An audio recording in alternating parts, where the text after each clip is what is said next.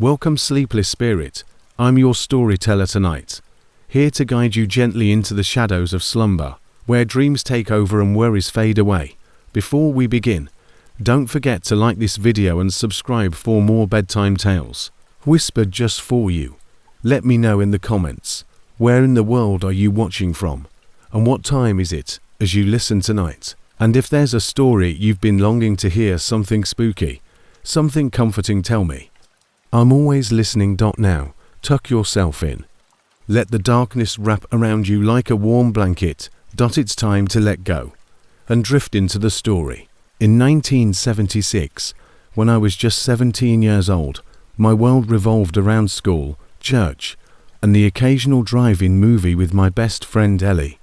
I grew up in a small town in Kentucky, one of those places where everyone knows your name, your business, and your family history 3 generations back. My father owned a modest before I met Caleb Turner, who was the son of Judge Raymond Turner, and the kind of man who walked into a hardware store on Main Street.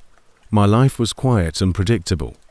My mother was the kind of woman who ironed pillowcases and insisted on saying grace before every meal, even at breakfast. Caleb was different from his father, in that he was charming in a way that made girls forget their upbringing. He had a sun-bleached hair, a lazy smile, and a way of talking that made you feel like you were the only person in the world. Everyone in the town either feared or respected him. That summer, we began seeing each other in secret. Caleb was the first person I told when I found out I was pregnant. I was sitting on the edge of my bed with a drugstore test I had purchased 2 towns over to avoid being recognized, and my hands were shaking so much that I nearly dropped it. I didn't tell anyone, not even Ellie, mainly because I knew what people would say, that I wasn't good enough for him. He didn't say much at first, just sat there staring at the floor and biting the inside of his cheek. The following day, he returned and told me that his family would take care of everything. I didn't realize how literally he meant that everything in my life would be taken care of within a week. I was scared, yes, but I also had a part of me that thought he would handle it, and that we would work it out together. Changed. My parents were informed that I had had a breakdown, that's the term they used, and that it would be best for me to stay somewhere quiet to recuperate. They sent me to stay with a distant cousin of my mother in a dilapidated farmhouse, about 50 miles away, with no phone, no car, and no means of communication. Caleb's uncle drove me there instead of my father, and he didn't say a word the whole time. I remember feeling like I was being erased as I stared out the window the entire way, watching the trees blur past. The farmhouse was old and smelled like dust and mothballs, and the woman I was sent to stay with, Aunt Margaret, was someone I had never met. Her house had no television or radio, and the only books were religious pamphlets and an old Bible with pages so thin they crinkled when you touched them. She was in her late 60s, wore orthopedic shoes, and always kept her curtains drawn. She never asked questions or offered consolation. At night, I would lie awake and listen to the sounds of the old house wood creaking and the wind sliding through cracks in the distant walls, while I watched the barren fields change with the wind, waiting for something to happen. It felt like time had frozen. Aunt Margaret said it was best that I wasn't permitted to go into town, because I had no idea what people back home were hearing, because neither my parents nor Ellie ever wrote.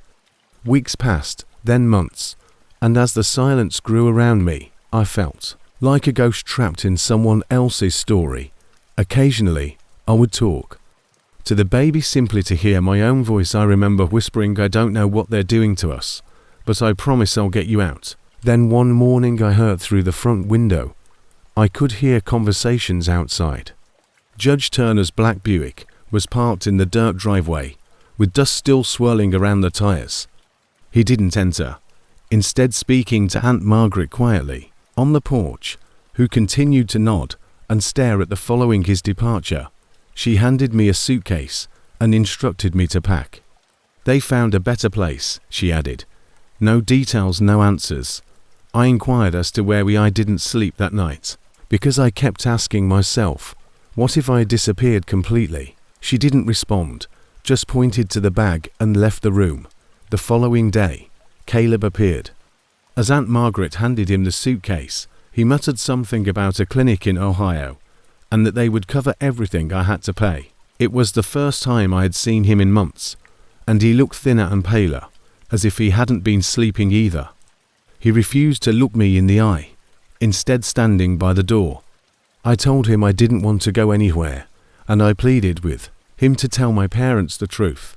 At that point, he finally lost it and said, I didn't know what that meant exactly, but the way he said it chilled me to the bone. I didn't go to the clinic that night, and while Aunt Margaret was sleeping, I made sure to grab the she packed my suitcase and slipped out the back door. I followed the road for what seemed like hours, only to hear the sound of gravel crunching beneath my feet and the moonlight. Eventually, I came to a gas station with a payphone, but I had no money. The clerk was a slender young man with long hair, and a kind face allowed me to call. I dialed the only number I knew by heart, Ellie's, and when she answered, I hardly managed to say anything more than "It's me. I need help." Ellie arrived at 6 o'clock. Hours later, while driving her brother's beat-up Chevy Nova, she broke down in tears when she saw me. She informed me that everyone assumed I had been committed to a private institution in the West, where my parents had been instructed not to go, and that I had requested space. Caleb had reportedly returned to school. Nothing happened. I stayed with Ellie and her family for a few weeks, hidden in the basement. Her parents were quiet about it, but I could tell they knew something wasn't right. They never asked questions. They just let me stay. Eventually, I found a women's shelter in Louisville that helped girls like me. I gave birth there. I gave Hope, a little child with a lot of black hair, a name. I didn't learn the whole story until years later, when one of Caleb's cousins, who had been intoxicated at a wedding, told someone what had actually transpired, that the Turners had staged a fake mental breakdown. They intended to handle it discreetly, send me away, give up the baby without my consent, and act as though I never existed. I was just a liability to them and an inconvenience. I never saw Caleb again, and from what I've heard, he went on to become a lawyer like his father, changed my name, left Kentucky, and raised Hope alone. She's currently a college student, intelligent, strong, and fiery, but she doesn't know the whole story yet. One day, I'll tell her, not to make her feel sorry for me, but so she will understand the lengths some people will go to in order to maintain power, and how people in that community still believe I had some sort of breakdown. So perhaps it's best to let them believe I vanished when, in reality, I lived. That's how far you have to go to protect yourself. I'm 28 years old, live alone in a rental home in Jackson, Mississippi, and until a few weeks ago, my biggest concerns were rent and a strange noise my car made in reverse. I enjoy going on hikes on the weekends, mostly to get my mind off of things. I'm not superstitious, and I don't believe in ghosts, witches, or backwards cults, or at least I didn't. I went on a day hike with a couple friends I've known since college to a wooded region about an hour and a half east of Jackson. It's public land, so it's not marked as anything exceptional, just quiet and lonely. It was just Jordan, Will, and Rachel. Rachel saw what appeared to be an animal's skull nailed to a tree. At first, we assumed it was part of someone's strange hunting ritual or something, but with snacks, pictures, and no cell service, I wish we had turned around the moment we saw that first cross and veered off the trail, which is what we usually do when the designated paths get boring. Southern folk art. But then we noticed more. Dozens of handcrafted wooden crosses, crookily embedded in the ground. Filthy clothing strips tied to low-hanging branches. Some of the items were very old and nearly rotted. There were also small cloth dolls, and what appeared to be melted candles embedded in the ground. We didn't express it aloud, but we were all on edge. I took a number of pictures, including close-ups of the crosses, the bones, and even a hoodie that appeared to have dried blood on it. Someone told me to take it off, but I didn't give it much thought. There was a thicker, older tree in the middle of the grove that was covered in what appeared to be carvings, and more bones were nailed into the bark. None of us had the courage to venture any further into the grove, so I would post them later on a hiking subreddit. Perhaps one of those people discovered something strange, the woods type of threads. I stood there looking at it until Jordan said, "We should go now." Without saying anything else, we departed, but I uploaded 3 of the pictures that evening after I got home. A few hours after midnight, I received the first text message, which was just a picture of my driveway shot from across the street with my car in it. At first, I didn't understand what I was looking at because there was nothing online that identified the items, just the objects, and nothing about people or places. I didn't sleep that night. Every time a car went by or a branch moved outside, I would get up and check the windows, even turning off all of them. The porch light was on, and the picture had been shot minutes before I saw it. I looked outside, right once, but there was nothing but darkness and silence. The lights, and waited till 3:12 a.m. while sitting on the couch with my phone in hand. I was looking at the clock when the second text message appeared through another picture. This time closer to I was in that room when it was taken, and my stomach fell. I raced to the window and threw it open, screaming into the night, but no one was there. I double-checked all the locks in the home. The front window showed the curtain half drawn, and behind it was the faint glow of my TV. I didn't want to come across as suspicious, so I called Jordan the following morning and asked if he had noticed anything strange since the trip. He paused, then admitted that he had received a message as well, but it was just a blank screen with no image or text, and Rachel and Will hadn't received anything. I immediately removed the post and the pictures, but it felt too late that day. I put a security camera above my door, but even though I live in a good neighborhood, it didn't make me feel any safer, at least not yet. We all felt uneasy, as if we had wandered into something we weren't supposed to see. When I didn't receive a text message that night, I assumed everything was finished, but when I looked at the camera's tape in the morning, I saw someone around 2:47 a.m. Someone approached my front door and simply stood there for about 5 minutes without knocking or ringing the bell.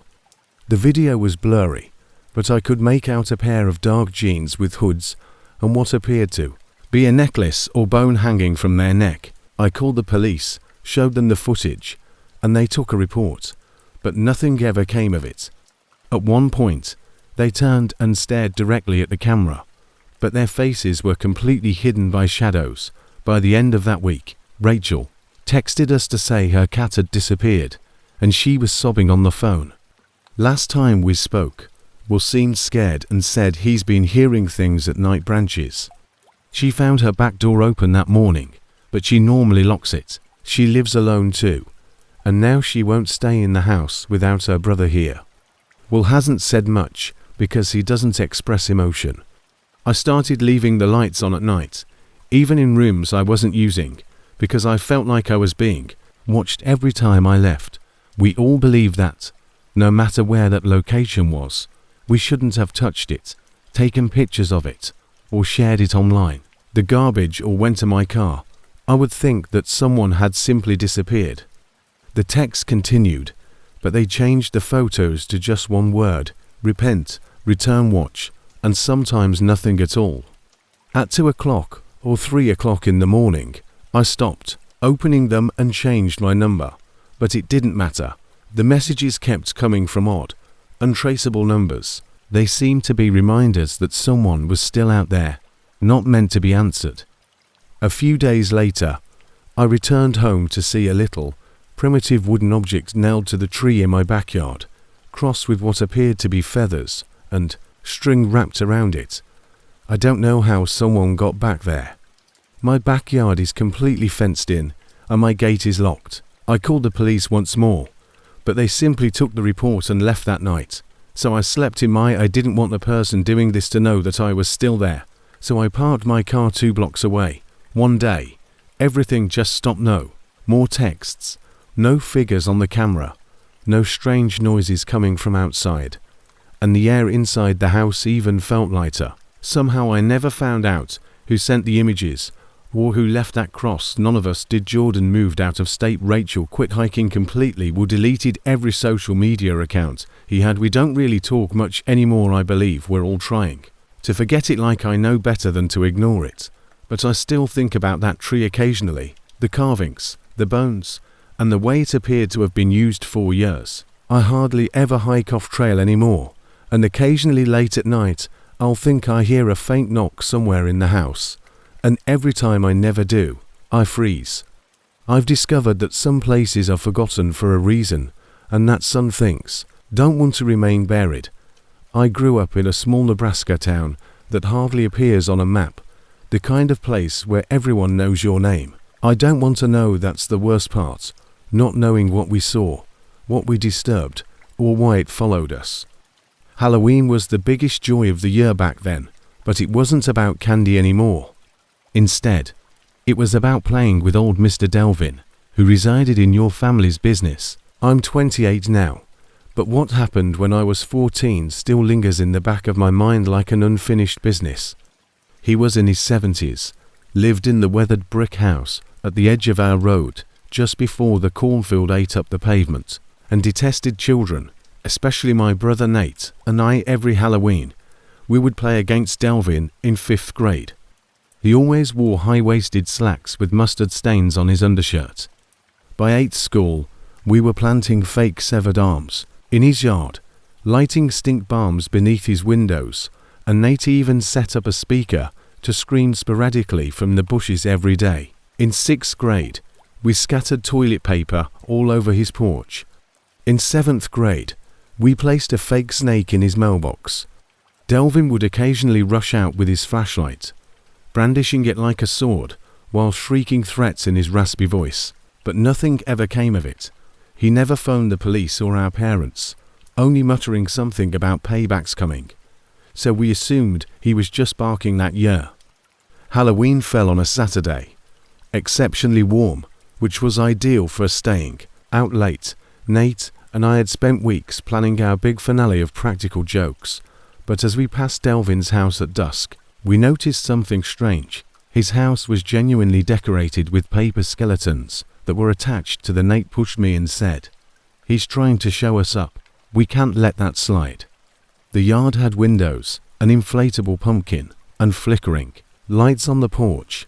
It looked cheesy, like someone had just purchased a Halloween kit and put everything together. When the majority of trick-or-treaters had left and the streets were deserted, Nate brought her. We sneaked up via the back of Delvin's property, staying low behind the rows of bushes that flanked his yard, carrying a backpack full of equipment. Nothing dangerous, just his typical chaotic smoke bombs, a motion-activated soundbox, and a plastic baby doll painted with fake blood. It felt scripted, and I recall murmuring, "This feels off." It was dark now, save for the dim orange glow from the porch, and there was no sound, not even the TV or rustling, not the typical radio static he always had playing. Nate simply smiled and threw me the soundbox, saying, "That's the idea, let's mess it up." We didn't realize he was the one playing tricks on us, so we parted ways as usual. Nate went around toward the shed by the back fence, while I kept closer to the house, looking for a suitable hiding place. The soundbox. I observed something strange. The inflatable pumpkin on the porch was slowly losing its air, as if someone had stabbed it. Since no one was around, I assumed it might have been a slow leak, but it still felt wrong, so I ducked behind a bush and watched for when I heard Nate's flashlight flicker. I heard the shed door open, then a loud clang like something heavy slamming shut. There was silence, no footsteps, and I waited for a full minute before whispering his name again. But there was no answer. I got up and crept toward the shed. It looked normal from the outside, old and rotted at the bottom like most things on Delvin's property, but now the padlock on the door was snapped shut. Nate didn't have keys. I tapped on the door softly. Nate, I whispered nothing. I knocked harder, still stillness, at which point I saw a tiny, battery-operated trail camera affixed to a shed corner, blinking red, and a piece of cardboard with the words "tricked" glued to it. At that moment, I realized that Delvin had pulled a practical joke on us. My stomach fell, and I swear I could feel my skin tingling. I retreated and looked around the yard half. I thought I heard him roar out of the shadows, but there was no one, only a quiet that felt alive but alert. I tugged on the shed-lock, but it wouldn't move, and I even tried hitting it with a rock, but it simply clanked pointlessly from inside. I remember standing there frozen under the street lamp, with my heart pounding, a drum in my chest.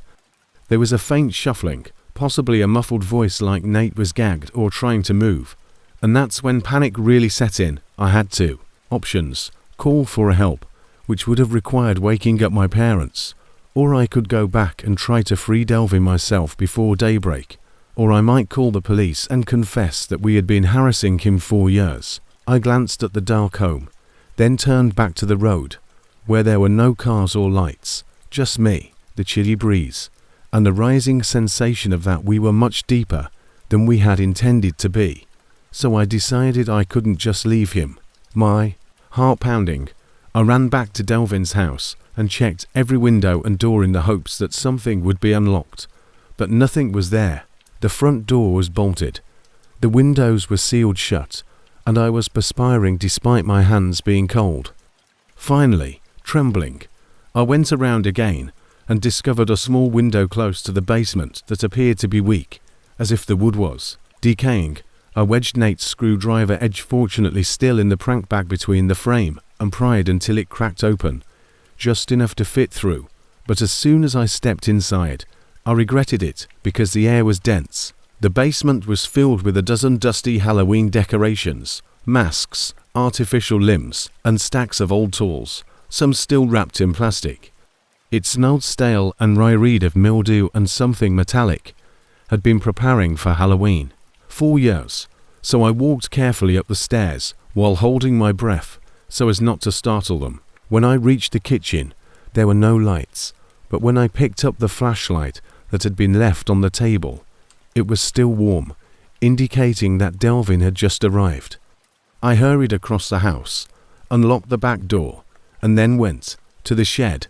It took longer than I had hoped, but when it did, Nate was sitting on the floor with his pale knees pulled to his chest. I used the same screwdriver to wedge out the hinge bolts from the outside. There were dozens of pictures pinned to the wall inside the shed, showing us dressed up for Halloween years ago, passing his house, and even through the window of our bedroom. Nate had duct tape on his wrists, but Delvin hadn't heard him, so he had just locked him in there with all those pictures, leaving him alone in the dark. The message was unmistakable. "I've been watching. I let it build. And this is your punishment." We didn't say anything, simply fled away after that night. And Delvin never spoke to us, phoned the police, or brought it up again, not once. But every Halloween, he put out the same poor decorations. And we knew it wasn't for the holiday. It was a reminder, a trap we'd fallen into once.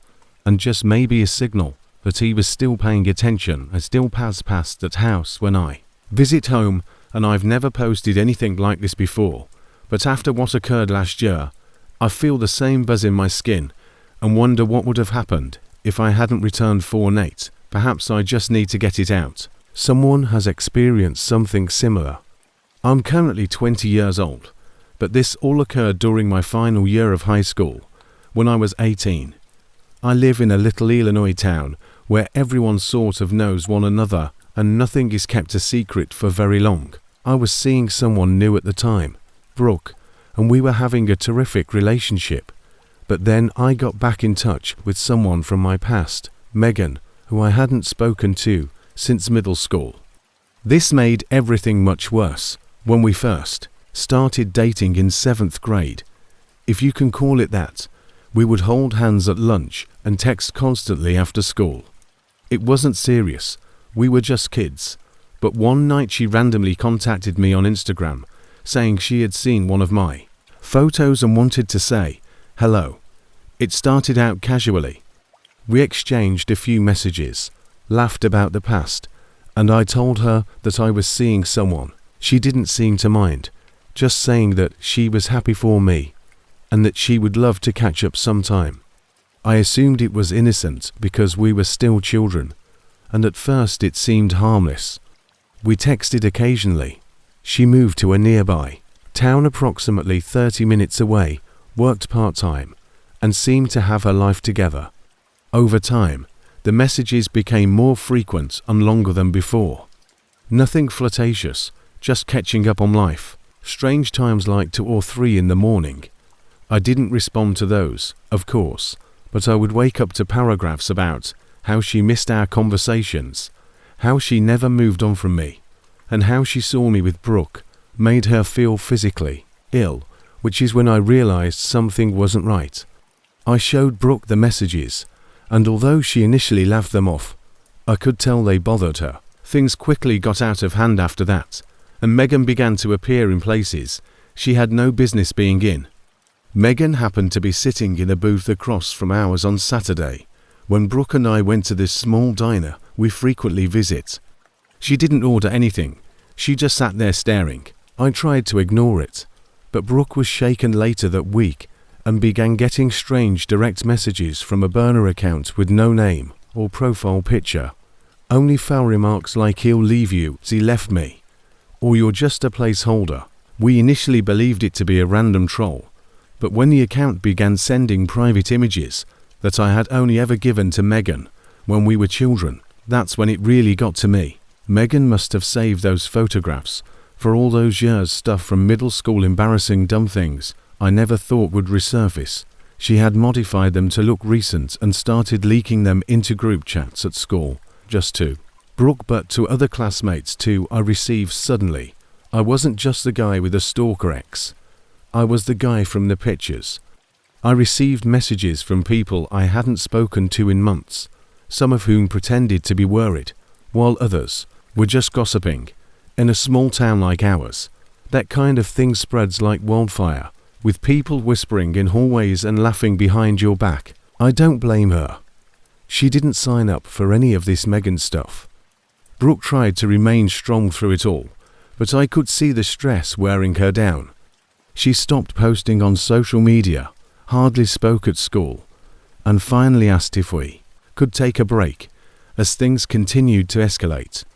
I noticed her black Nissan Altima parked close to my house at night. When I went outside at about 11 p.m. to pick up the trash, I noticed it idling across the street with its lights out. Another day, about 2 a.m., someone tapped on my bedroom window as I was leaving the porch. When I peered outside, I saw that same automobile parked half a block away, and I attempted to go to my parents, but my dad simply remarked, "Girls get emotional. It'll pass," and they didn't really take it seriously. And although my mother advised me to block her, it wasn't that easy. She'd merely create new accounts, use different usernames, and send twisted messages. Eventually, I began to lose sleep, staying up most nights to check the front window and scroll through my direct messages to see if she had sent anything else. Every time my phone buzzed, I felt extremely anxious, not because I was afraid she would hurt me, but because I was afraid of when I brought it up to the counselor. They said that since it was all online and off campus, there wasn't really anything they could do, which only made it worse. She also seemed capable of anything, like she had no line anymore, no shame, and no one else saw it for what it was. Megan became bolder because she knew no one would stop her. One day, in the school parking lot, I discovered a letter scribbled in red Sharpie on the window of my car. It read, "I see the way you look at her. You never looked at me like that." At that point, I stopped talking to people and started parking off school property. Even though she removed my social media accounts for a while, she always managed to remind me that she was still keeping an eye on me. The final straw was the night she arrived at Brooke's house, when she called me in tears to tell me that someone had been repeatedly knocking on her bedroom window before vanishing when her dad came out with a flashlight. She swore she saw Megan's. I drove straight over there that night and called the police from the driveway just before she ducked. They took the report, but there wasn't much they could do without any proof. Megan denied everything, of course, and said we were harassing her. I'm not sure how she flipped it that way, but after that, Brooke's parents made after that night. Everything just stopped. No more DMs, no more phony accounts, No more parked cars, and Megan disappeared from my life as if nothing had ever happened. I'm not sure if someone finally spoke to her, if she simply got bored, or if she simply didn't want anything to do with the mess anymore. I never found out, but the damage was done. Brooke and I never truly reconciled, and some of my classmates still make jokes about the Megan incident as if it were an inside joke. I just keep my head down and don't discuss it much offline because people don't trust me. Well, I suppose I'm exaggerating, but I've looked at Megan's Instagram a few times since. I'm not proud of it. I'm just interested. The last time I saw it, she got engaged to a completely normal-looking guy from another town, and I wondered if he knew if she was happy. I'll never understand how someone I hardly dated as a child could ruin my life so severely years later. It doesn't make sense to me even now. Did she tell him anything about how obsessed she became?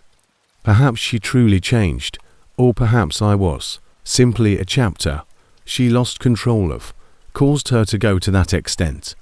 It's as if something broke and she became obsessed with me, as if I owed her something. 2 years have passed, and I still feel uneasy around Black Nissan Altimas and AM, hesitant to accept follow requests from accounts I don't recognize. I wish I could say that I've moved on entirely, but occasionally I still ponder whether she's observing, whether she's anticipating anything, or whether one day I'll simply wake up and everything will begin anew, exactly as it happened the first time. After a lengthy and messy divorce, I moved to rural Missouri in the early spring of last year in the hopes of living a quieter life. I'd just turned 38 and needed a break from the paperwork, the lawyers, and the emotional toll of dividing everything in two, so I saved up what I could and purchased a modest 2-bedroom house on a couple of acres just outside of a town called Cassville. It wasn't much, but it had a large backyard and good bones, which I thought I could improve over time.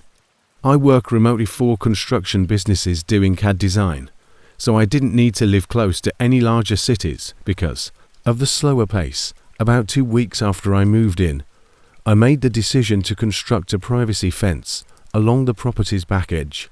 It wasn't particularly elaborate, just pressure-treated posts and horizontal slats would be sufficient to provide me with some distance from the wooded area behind the lot. The space and the quiet were exactly what I had hoped for. I assumed it would be a simple task because the ground was soft from the recent rain. I borrowed an auger from Bill, a retired mechanic who lived down the street, and began digging post holes one Saturday morning. I recall thinking about how serene it felt to be outside with the sound of the auger breaking soil and birds chirping while I had coffee in my hand. I thought it might have been a deer femur or something when I first discovered what appeared to be a thick root in the 4th hole, so I got down on my knees and dug with a hand trowel. However, it wasn't a root. Instead, it was bone that was long, curved slightly, and had a clean break on one end. The soil was packed tightly around it, but the way the pieces were grouped made me freeze. It seemed like a buried body rather than a single bone, so I covered it over nearly completely. It was obviously part of a skull, not the entire one, just the upper part, but enough to realize it wasn't from any animal I recognized. I called the non-emergency line, explained what I had discovered, and went inside right away. I wasn't sure what the protocol was for this kind of thing, but I assumed the sheriff's department would know. An hour later, Sheriff Dalton himself arrived, a middle-aged man who was clean-shaven and dressed in a uniform that looked like it had come from a catalogue. He was courteous, but aloof, more like someone crossing something off a list than someone who was actually interested. I showed him the location and even pointed out the bone, but he didn't seem very interested. He hardly gave it a glance before stating that it was probably just a cow or a hunting dog. Back in he simply shook his head when I asked him if he was going to have it tested or send someone out that day. I'm not an expert, but I've seen my fair share of animal bones, and something about the way he dismissed it didn't sit well with me. This one was different, too smooth and rounded, and the way that he was the sheriff and I was the new guy in town, so I didn't press it.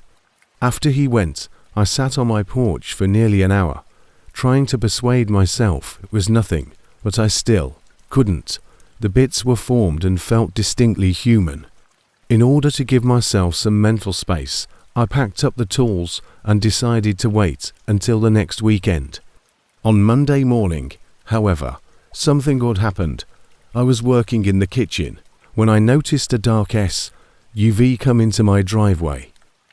At first, I opened the door, thinking it was Amazon or someone lost, but it was Sheriff Dalton again, this time out of uniform, with 2 coffees in a cardboard tray, wearing jeans and a flannel. He smiled at me casually, as if we were old friends, and said he was in the area. I invited him in primarily out of courtesy and thought I might want to talk more about the backyard. He gave me a coffee as if it were a peace offering, and we sat at my kitchen table.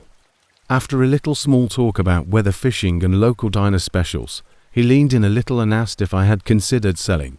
I blinked, caught. I've always liked this patch of land, and if you're ever thinking of moving again, I wouldn't mind picking it up myself, he added unexpectedly. I chuckled uncomfortably and claimed to have just moved, but if you are thinking about it, I could offer cash off the record, wouldn't need to go through any of that real estate red tape, he said after nodding as though he had anticipated it. His voice was informal, but there was something in his eyes that seemed overly concentrated and practiced. The rest of the conversation was hazy, and I recall having a feeling in my chest that my gut was telling me not to accept the offer. When he finally left, I stood at the window and observed him as he drove off. I noticed something else.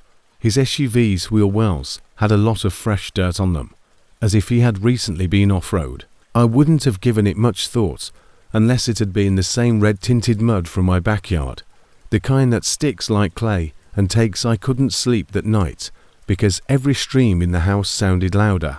I kept playing back the way the sheriff stared at me, the dirt on his car, and the forced friendliness. At around 2 in the morning, I finally got out of bed and walked outside with a flashlight to examine the fence line once more.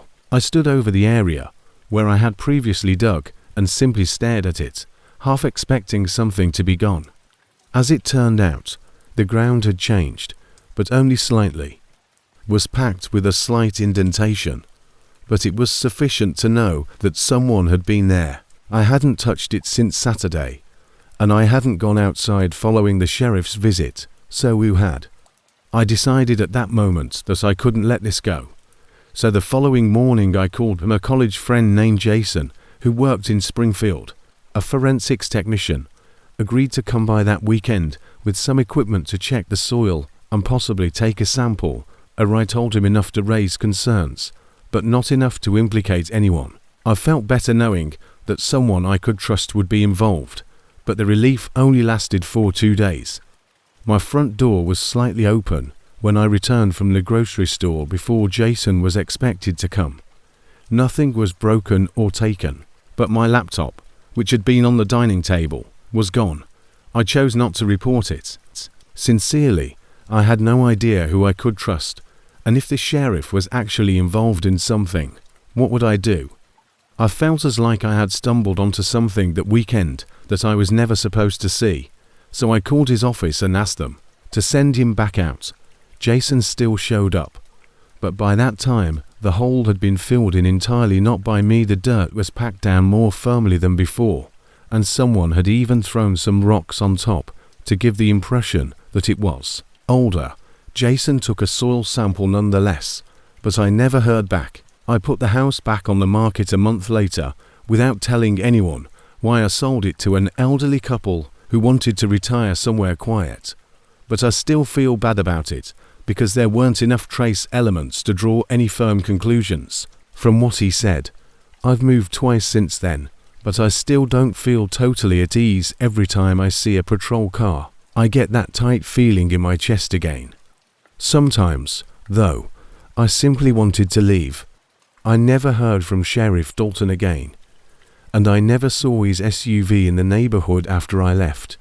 I moved into that apartment during my second year of college, since it was the only location in town I could find a cow, but I'm positive that some people would go to great lengths to keep things buried. I don't know what was buried in my backyard or who placed it there. It was a modest fourplex on the outskirts of town, hidden behind an abandoned gas station and some vacant lots, and it was actually affordable without a roommate. The rent was low, and the landlord didn't ask many questions, which felt like a win in those days.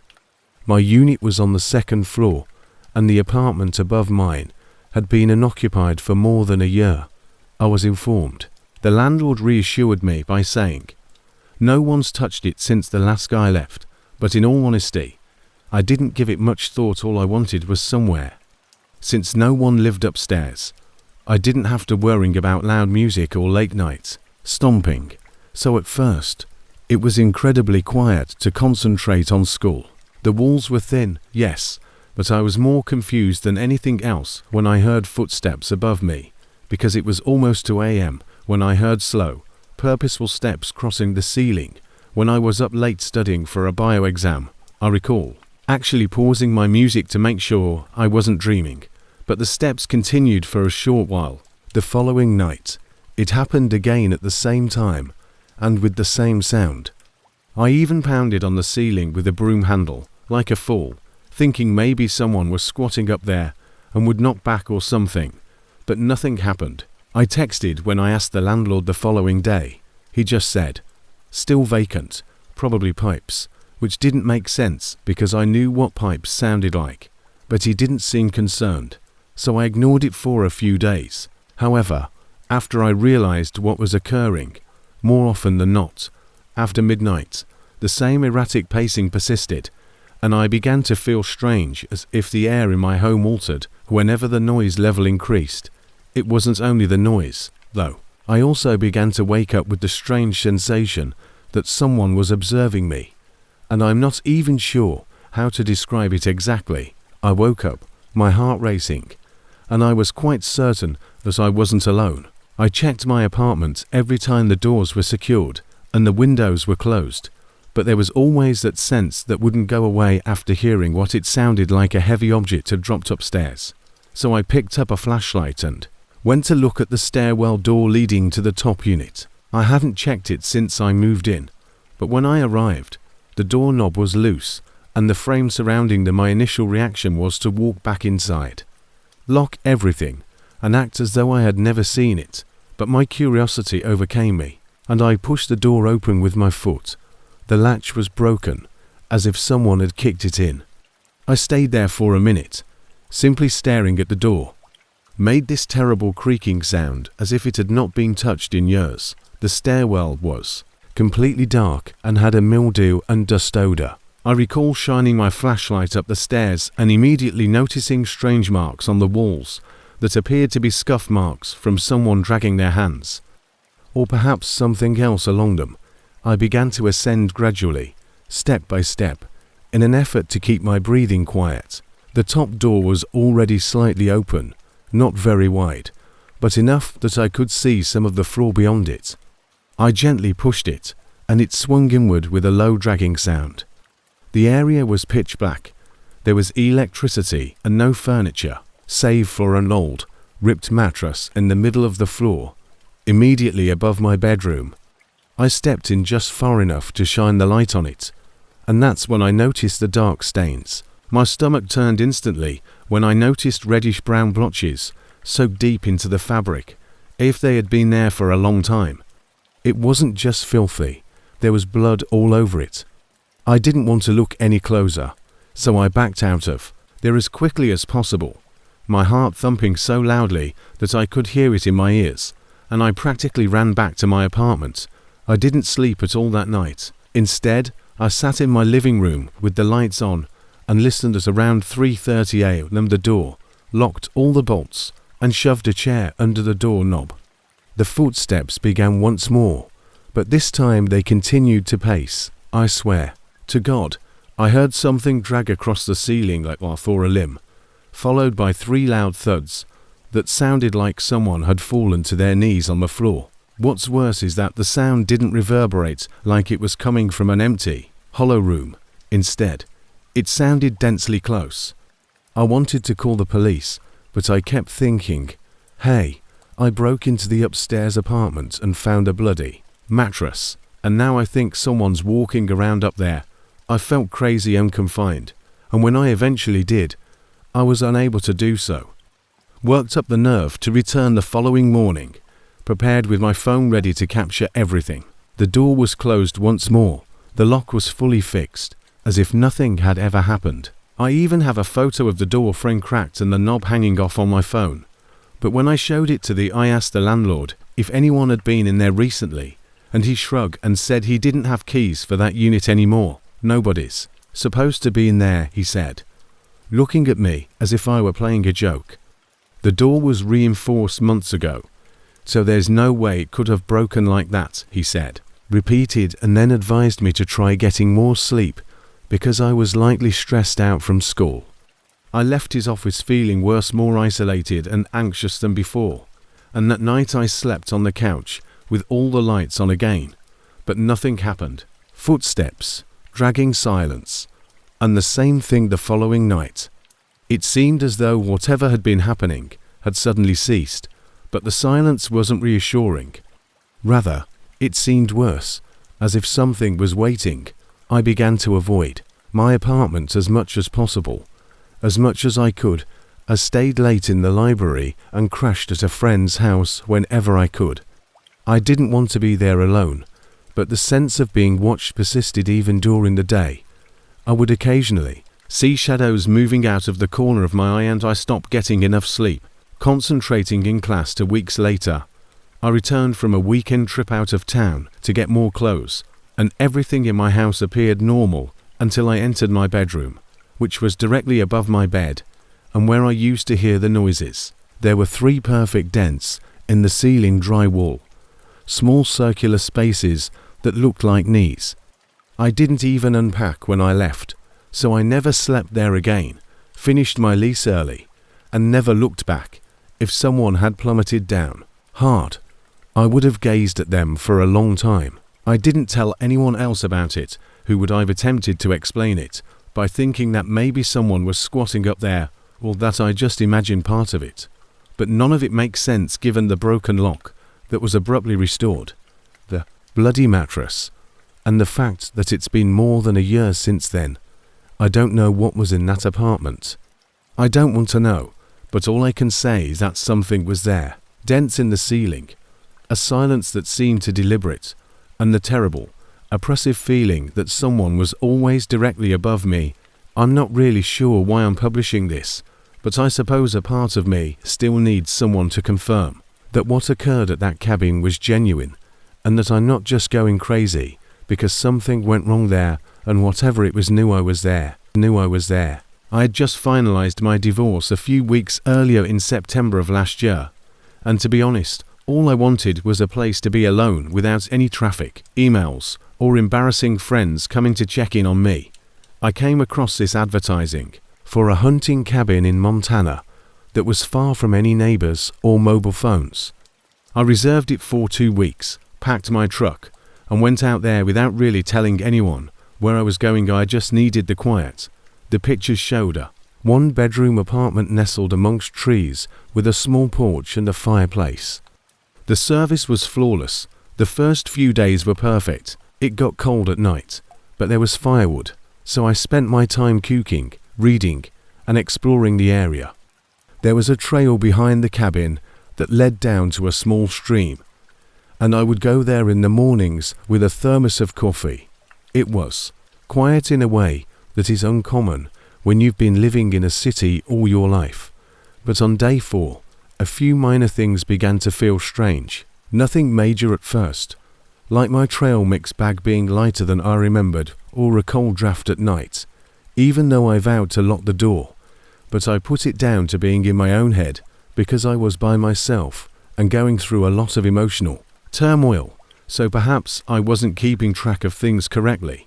But then I saw the muddy footprints on the porch, not inside the cabin, and they appeared to be new, as if someone had just walked there. It hadn't rained in a few days, but the ground near the stream was still wet, and the footprints appeared to have been made by someone walking around the cabin rather than just walking by. I looked at them for a long time, trying to think of a reason that didn't involve someone else or an animal, but that night I could tell they were human boot prints. I was barely sleeping when I heard these sporadic creaks on the roof, almost like someone walking slowly up there. The wind would occasionally kick up, and I tried telling myself that it was an animal seeking warmth or that branches were shifting, but it didn't sound like that. But the following morning I discovered something that made my stomach turn over. One of the cans of chili I had left in the kitchen, which I hadn't touched yet, was gone. It wasn't lost or moved, it was just gone. I know it seems insignificant, but when you're all by yourself in the forests and something vanishes from inside your cabin, it hits differently. I looked everywhere in case I was forgetting, but when I couldn't find it, it finally occurred to me that someone must be entering, so I locked the door. I also started checking the windows twice every night, but this person, whoever on the day I drove, they weren't merely going through, they were watching and waiting. I urged them to go to the closest town, which was about 40 minutes away, to purchase an inexpensive trail camera. For me, it was only to record some wildlife, possibly a raccoon or bear that was rummaging around, but in my heart, I wanted to capture anything more. So I returned before nightfall and set up the camera, tucking it under that night. I didn't notice the trees facing the cabin angled perfectly to catch anything or anyone coming from the rear trail. Lights the fireplace, and I sat in the dark with my flashlight and blanket, listening to the noises coming from the roof. Again, but this time it was quieter, like if they knew I was awake. There was also a gentle rustling sound, as I didn't sleep at all when the sun came up because the leaves were being shaken, but not by the wind. Appeared, I virtually rushed outside to retrieve the camera, trembling as I attempted to insert the SD card into my laptop for the majority of the videos. Showed some squirrels and a deer passing past, nothing out of the ordinary. But approximately to 47 AM, one particular clip of a man standing in the middle of the tree line was facing the cabin and standing motionless. He was wearing a dark hoodie, and I couldn't see his face. He stood there for almost 5 minutes without moving or approaching. I watched it for several minutes before the video cut, hoping it was someone had been out there, but it wasn't an illusion or a trick of the light, simply observing me. After that, I wanted to go, but I was hesitant for some reason. Perhaps it was my stubbornness or my reluctance to acknowledge my fear, but I began shutting the bedroom door from I put little markers next to the door, resembling little sticks leaning, and had a knife on the nightstand inside, up in a pattern to check whether someone had moved them, and the following morning they had. The worst part was that one of the sticks was gone, along with the second can of chili. The entrance door's interior handle had a smear of mud on it. That indicates that whoever it was had been inside when I was asleep. And that's when I first felt nauseous, packed that day, shoved, and didn't even give a damn about getting my deposit back. I loaded everything into the vehicle, secured the cabin, and departed. But not before making one final check of the camera. The same man was shown in the previous video, which was taken just before dawn. At that moment, he was standing at the edge of the trees, perhaps 20 feet from the cabin. Hoodie was still, but this time he was clutching something that I'm not sure what it was. He was holding what appeared to be a tool, stick, or other object as if he were prepared to use it, and I drove straight back to Missoula while staring at the lens, not even stopping for gas until the tank light appeared. I didn't know why, but I kept looking in my rearview mirror as if I thought I could see someone following me. Although nothing was officially taken, I guess a part of me felt foolish that the police would never take it seriously. Other from some food, I didn't have a good picture of the man's face, and what could I say about a man standing in the I would seem crazy if woods watched me every night. So I emailed the cabin owner. I told him that it seemed uncomfortable, but I didn't elaborate because I didn't want him to. I just wanted to move on from the idea that I was unstable or attempting to cause trouble. But once I continued waking up at 2:47 a.m., I was unable to do so for weeks, regardless of how. I was so exhausted that occasionally I would have nightmares in which I was still trapped in that hut, with the man standing at the window as I changed my locks, switched apartments, and even received a dog. But the sense of being watched never truly dispelled the notion that it still bothers me that someone could be so patient, silent, and near. More than anything, his level of serenity makes me uneasy. He wasn't attempting to break in, was merely anticipating something that I don't know and don't want to know. Informed a few friends about it, but I never show them the video, and I always omit some bits because it feels terrible, providing that man more authority in any way. I'm not even sure if he lived close by, or if the strangest part is that everything just stopped when I left, even though he saw me coming and thought I would be intriguing to follow. There were no longer any indications, strange noises, or unfamiliar persons near my knew. It seems as though whatever it was belonged to that cabin, or perhaps to that I've learned my lesson and will never rent a piece of land that remote again. I don't have a satisfying solution or some wild twist, but that's what happened. I still give it more thought than I need to, and occasionally I question whether he has subsequently done it to another person, or if in any case I'm done with cabins and isolation. Perhaps I was the only one who ever noticed. Additionally, if you're reading this and considering scheduling a remote retreat to decompress, be sure to the sole person absent. I'm 30 to today, but this incident occurred when I was 25, just after I returned to. I had recently left my work in Nashville to assist my dad following his stroke in Arkansas, was attempting to get used to living in a much slower, quieter environment, and I spent the majority of my days running errands and assisting with. I wasn't excited to be back in the small town after trying so hard to get his medications and drive around to pick stuff up. But family is family. That evening, I was returning from a friend's house.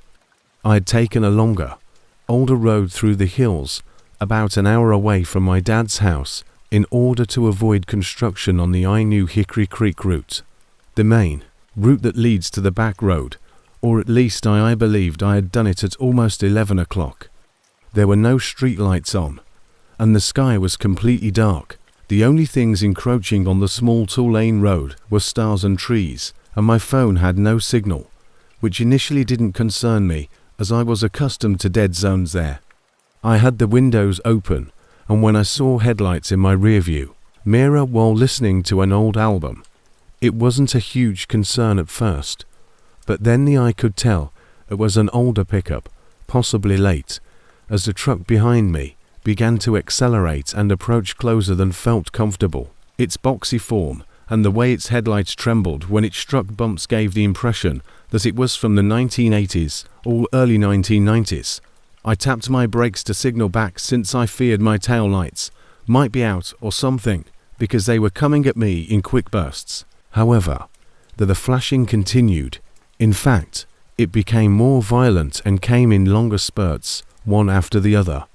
Even when the road opened up a little, the truck didn't try to pass me, even though I was traveling over the speed limit to maintain distance.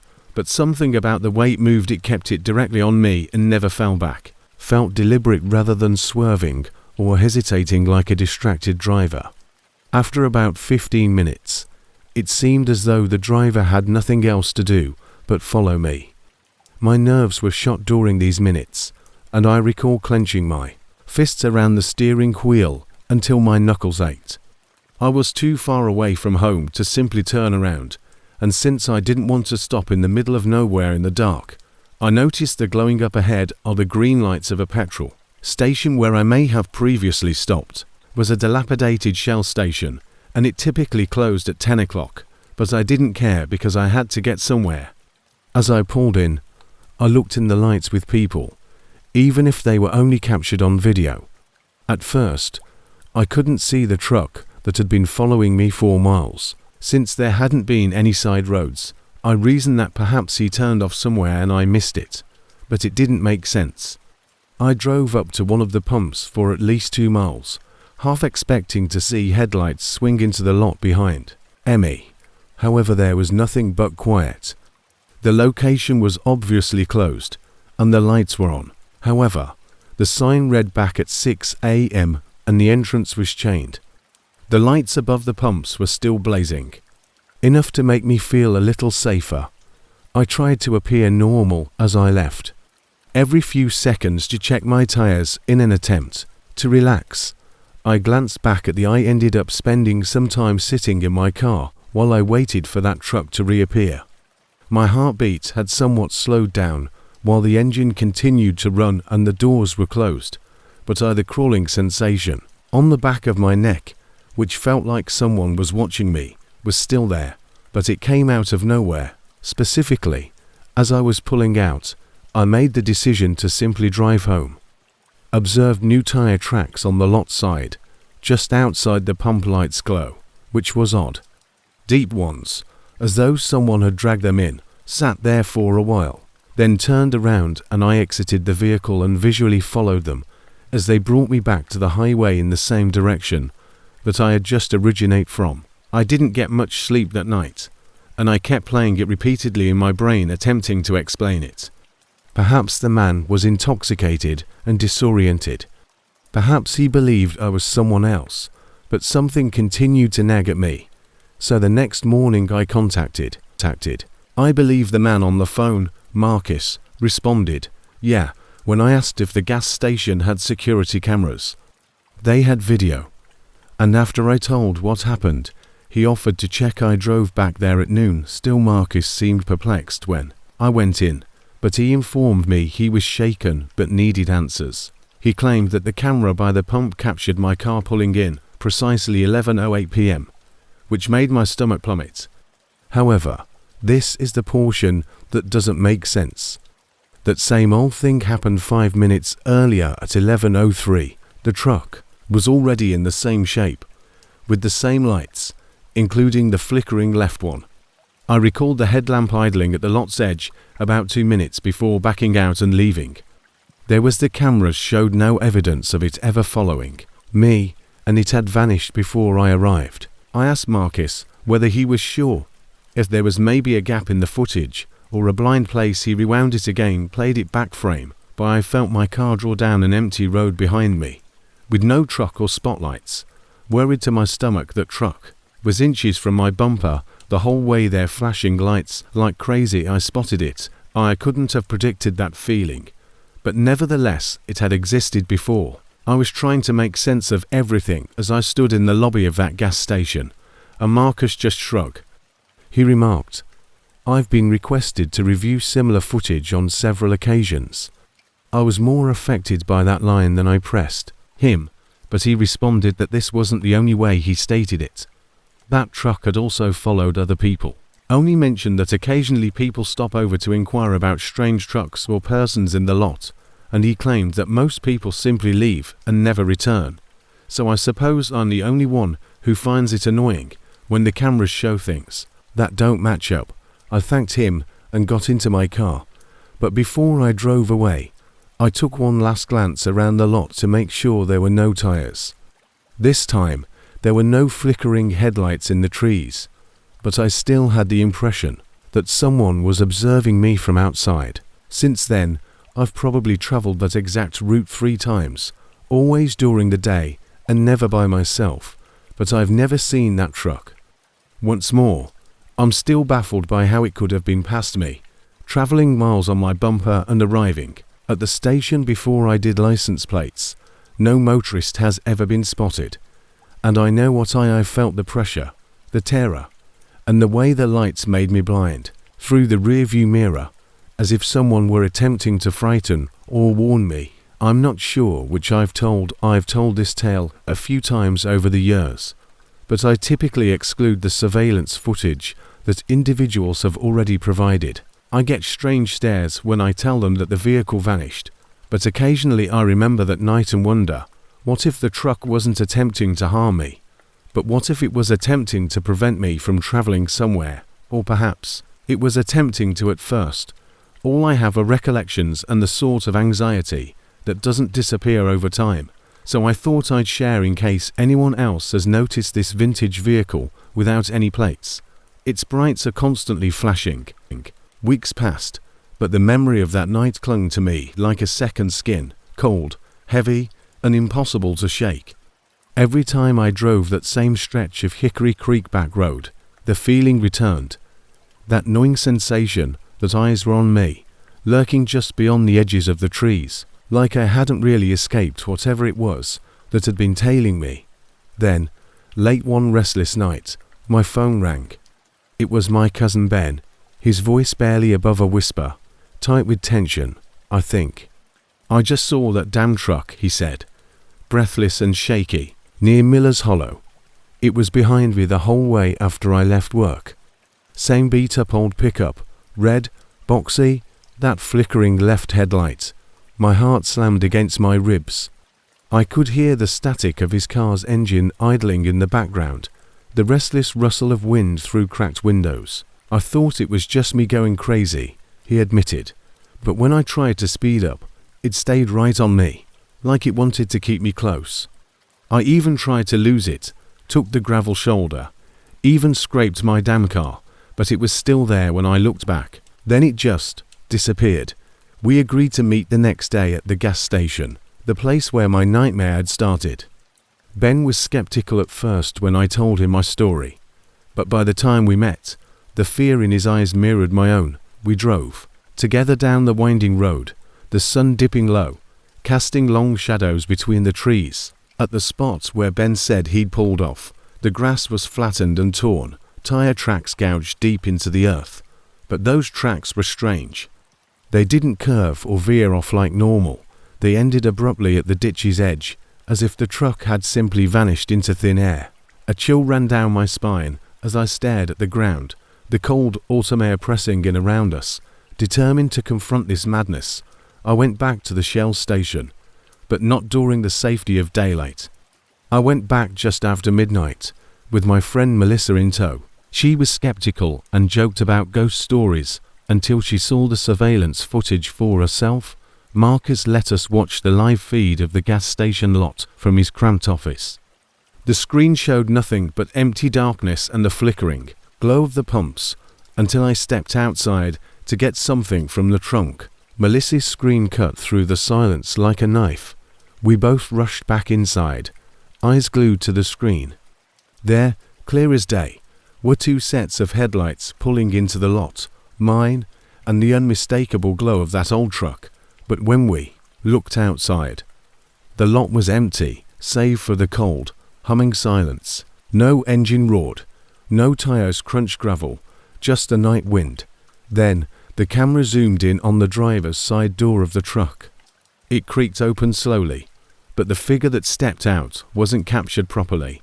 The image distorted around it, like heat rising on pavement or light bending unnaturally. We could see no face, only a blurred, shifting shadow, something not quite there.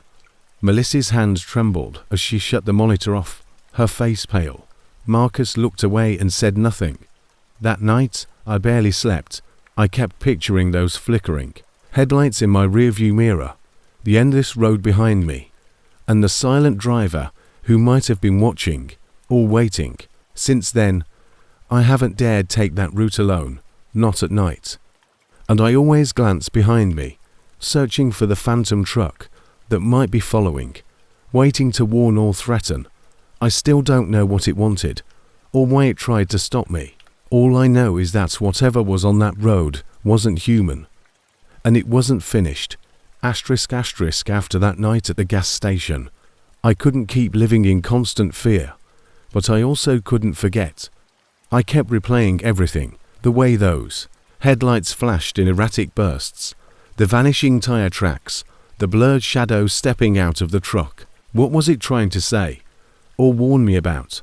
One afternoon, desperate for answers, I returned to Marcus's place to ask more about the surveillance tapes. He sighed deeply and said, "You're not the first. I've been here 5 years. I've seen that truck on the cameras more times than I can count. It always shows up around midnight, usually on the back roads near Hickory Creek." He pulled out a folder filled with printouts, grainy stills from various nights, all showing the same beat-up truck, flickering headlight, always with that ghostly driver. The faces were always obscured or distorted, impossible to identify. The weirdest part, Marcus said quietly, is that nobody ever reports it to the police. People see it, get creeped out, and just leave. Some say the truck's a warning. Others say it's a curse. A chill ran down my spine. Curse? What kind of curse? I asked. Heart-pounding. Marcus shook his head. Local legend says the truck belonged to a man who vanished in those woods years ago. Some say he died in an accident. Others say he was run out of town. Since then, the truck appears, following people who are on the edge, lost, scared, or about to make a life-changing decision. I swallowed hard. Was this some sort of spectral guardian, or something darker? That night, I drove past the stretch of road one more time. The stars blinked cold and distant overhead, the trees whispering secrets in the wind. My hands gripped the wheel tight, knuckles white, eyes darting to the rearview mirror every few seconds. Then, out of the darkness, the headlights appeared, that same trembling, flickering glow. My breath hitched as the truck drew closer, not menacing, but deliberate. And then, just before it caught up, it slowed, pulling alongside me. Through the window, I caught a glimpse of the driver's face, or rather, the lack of one. No eyes, no mouth, just a shifting void where a face should be. I slammed the accelerator, heart pounding as the truck faded into the shadows behind me. But before it disappeared completely, I heard a whisper, carried on the wind, "Don't go back." I don't know who or what that was, but I've never gone back. After that chilling encounter, I tried to convince myself it was just my mind playing tricks. Sleep deprivation, stress, something logical. But deep down, I knew there was something else, something that didn't want me to go back. Days turned into weeks, but the unease never left me. At night, I'd lie awake, hearing the faintest rustle of leaves or the distant echo of a rumbling engine, always just beyond my window. Then came the phone call. It was from an unknown number, no voice on the other end, just heavy breathing. I hung up. The calls kept coming, always late at night, always silence. One evening, my phone lit up with a message, "Stop digging, leave the past buried." My heart raced. Who could it be? Someone from that town. Someone wanting to scare me off. Determined to find out, I reached out to Ellie, my oldest friend. I told her everything, the truck, the calls, the whispers. She grew pale. "I always thought your story was more than just coincidence," she said. "There's something about Hickory Creek, something the town doesn't want people to know." She told me about old rumors, about disappearances, strange sightings, and a family that once ruled the town with iron fists. Caleb's family. She said locals whispered that the Turners were involved in something dark, that the accidents and breakdowns weren't accidents at all. I felt the weight of it all crushing down on me. The truck, the vanishing driver. The warnings. It was more than a ghost story. It was a message, a threat, and whatever was behind it, it was tied to my past, to the life I thought I left behind. That night, unable to sleep, I stared at the ceiling, clutching my phone. I knew one thing for certain. I couldn't run anymore. If I wanted peace, I had to face whatever was waiting for me in those dark hills. The next morning, I woke with a sense of resolve that felt both foreign and necessary. I couldn't keep running from the shadows of my past, not when the past was creeping into every corner of my present. I had to confront the truth. Whatever Caleb's family was hiding, whatever the truck was warning me about, I needed answers. Ellie agreed to come with me. We packed lightly, just phones, a flashlight, and an old map of the back roads around Hickory Creek. The sun was just rising as we drove toward the place where the truck had vanished. The woods near Miller's Hollow. The air grew colder as we neared the edge of the forest, an unnatural chill that had nothing to do with the weather. Trees leaned inward, as if trying to block us from stepping deeper. Ellie gripped my hand tightly as we stepped onto the cracked asphalt that led into the undergrowth. We followed the tire tracks, the ones that had appeared at the gas station and ended abruptly at the ditch leading us to a clearing. In the center stood a rusted old truck, half buried in dirt and vines, its headlights shattered, but still faintly flickering as if powered by something unseen. Suddenly, a whisper rose from the trees, a voice cold and distant, barely more than a breath. Leave. But we pressed on. Near the truck, we found something worse, an old, weathered sign nailed to a tree. The letters were barely legible but chilling. Here lies the secret that will bury you. I swallowed hard and noticed fresh footprints around the clearing, too fresh for the place's age. Then, movement in the shadows. A figure stepped forward, tall and impossibly still, face obscured beneath a wide-brimmed hat. My heart stopped. "Who are you?" I demanded, voice trembling. The figure lifted a pale hand, pointing behind me. I turned and saw at the forest's edge the faint glow of a car's headlights. The truck. Then, everything went black. When I came to, Ellie was shaking me, whispering, urgently, "We need to get out now." We ran back through the woods, the whispers growing louder, echoing like a chorus of warnings. The figure didn't follow, but its presence lingered in every rustle, every shadow. Back at my car, safe for the moment, Ellie looked at me with wide eyes. "This isn't over. It's only beginning." I knew she was right, because whatever haunted Hickory Creek, the truck, the shadows, the turn as it was waiting for me to come back. And this time, it wouldn't let me go.